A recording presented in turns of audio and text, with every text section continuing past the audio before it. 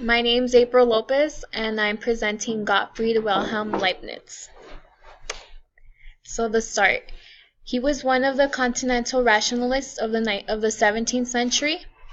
He entered Leipzig University at the age of 14. He studied philosophy and mathematics. The university that he went to, they had a very good philosophy program, but the mathematics program wasn't very good, although he developed calculus. He wasn't satisfied with Aristotle's ideas and wanted to improve them. He wanted to find logic in life, and this is when the idea of mathematical truth was introduced. You got to be a genius to invent a math. I know calculus. To invent calculus. It's crazy. His beliefs. His philosophy is highly technical and difficult to characterize, but basically it is a complicated metaphysical system according to which the ultimate constituents of reality are indivisible atoms.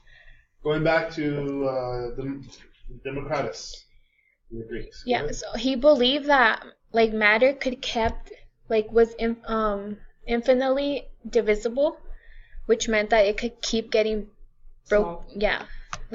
breaking down. Leibniz believed in atoms called monads, which are indivisible units of force or energy or activity. With this, he anticipated the view of contemporary physics, according to which material particles are a form of energy. Similar to string theory. He believed the monads to be non-physical and often referred to them as souls. The metaphysical system. Leibniz's entire metaphysical system seemed to follow from few basic and plausible assumptions or basic principles. For example, the principle of sufficient reason. He thought that there was a sufficient reason why things are exactly as they are and not otherwise. An example would be the leaves falling during fall.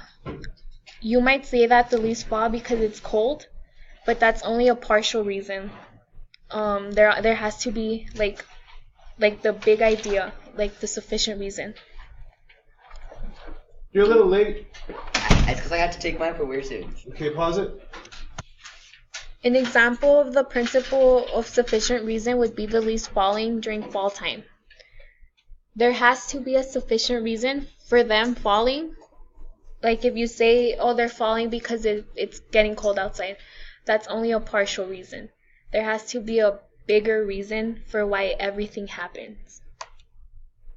And he thought that sufficient reason was God. Leibniz thought God was a sufficient reason because God is the sufficient reason for God's own existence. Leibniz argued that God was a necessary being. He believed that things caused one another because God ordained a pre-established harmony among them in the universe. Okay, pause.